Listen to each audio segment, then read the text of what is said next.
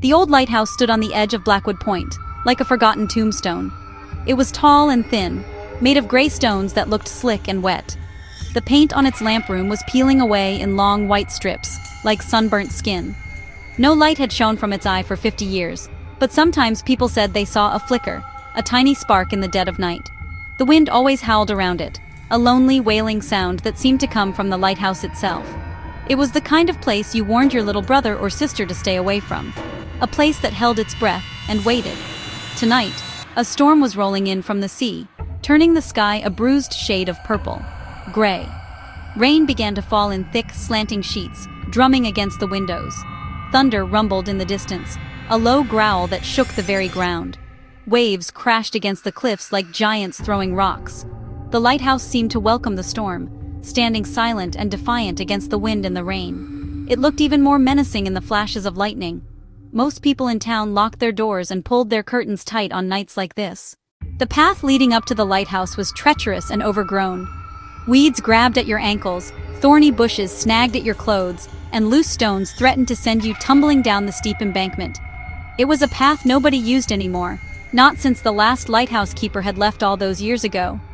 The townsfolk whispered that the path itself didn't want visitors, that it would try to trip you or lead you astray in the fog. It coiled around the cliffside like a long green snake, its destination the heavy iron-bound door at the base of the stone tower.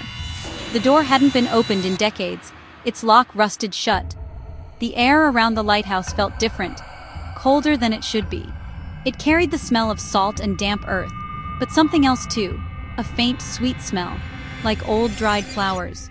It was a smell that didn't belong on a stormy cliffside, a scent that made the hairs on your arms stand up. The entire place felt wrong, as if it were holding a secret it was desperate to keep. Every shadow seemed to move just at the edge of your vision, and every gust of wind sounded like a mournful sigh. It was a place where nightmares felt real, and the darkness felt alive, watching and waiting for someone to get too close.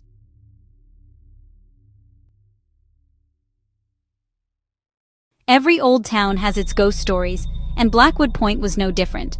The legend of the lighthouse was the one everyone knew, the one they told around campfires, with flashlights under their chins. They called her the Weeping Maiden, or sometimes just Clara. The story went that she was the daughter of the first lighthouse keeper, a man named Silas Blackwood, who built the tower with his own hands. Clara was young and beautiful, and she was in love with a sailor, whose ship was due to arrive on a stormy night, a night much like this one. She waited for him, watching from the very top of the lighthouse, her heart full of hope. But the sailor's ship never came. The storm was too powerful, the waves too high. It was dashed to pieces on the very rocks the lighthouse was meant to warn ships away from. They said Clara's heart broke that night. She refused to leave the lamp room, staring out at the churning sea for days. Her father begged her to come down, but she wouldn't listen. Her grief was a storm of its own. The legend claimed she finally threw herself from the top of the tower, her white dress billowing like a phantom sail. After her death, keepers heard soft weeping from the empty lamp room. The light would flicker and die, only to flare back to life. Fishermen swore they saw a woman's silhouette at the top on moonless nights. The town believed Clara was a sad ghost, forever waiting. My name is Molly, and I've never been very good at believing in ghosts. The stories about Clara always seemed like just that. Stories. Fun to listen to, but not real. Not like the hard, cold stones of the lighthouse, or the real sting of the wind on your face. Still, the place fascinated me. I wanted to know its secrets, not the made-up ones, but the real ones. The idea to go inside started as a dare. My friend Liam said I wouldn't last 5 minutes inside the lighthouse on a stormy night. He said Clara would get me. I just laughed. There's no such thing as Clara, I told him, but the dare stuck in my head. It wasn't about proving him wrong. It was about proving me right. I needed to see for myself that there was nothing inside but spiders and shadows. The storm tonight felt like the perfect opportunity. No one would be out, no one would see me. It was just me and the old tower.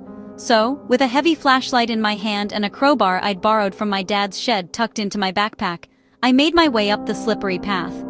The wind pushed against me, and the rain soaked through my coat, but I kept going. The dare had become a mission. When I reached the heavy iron door, fear flickered, but I ignored the voice. I wedged the crowbar into the frame and pulled with all my might. With a groan of tortured metal, the lock finally snapped.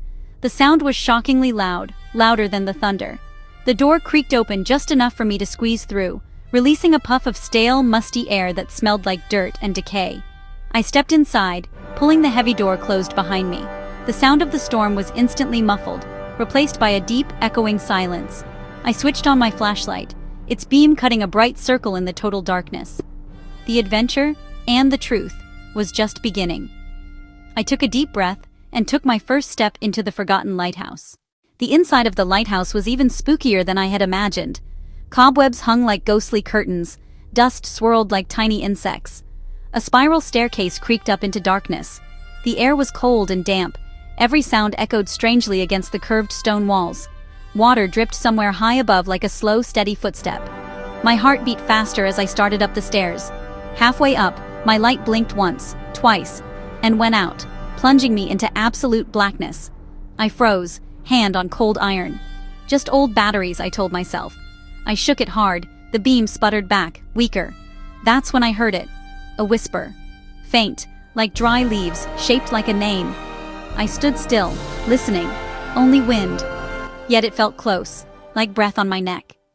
I pointed my flashlight down.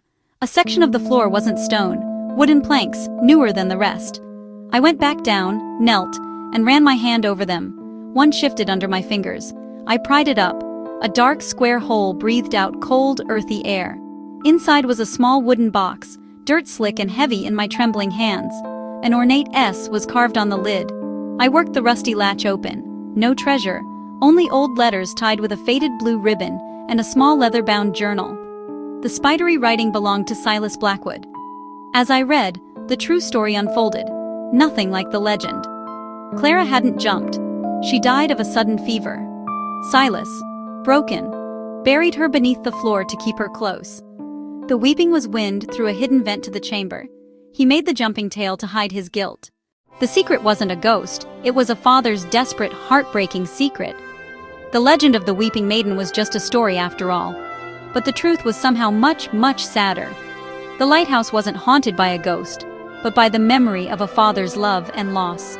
What lies beneath the haunted lighthouse is the truth, and it was waiting to be found.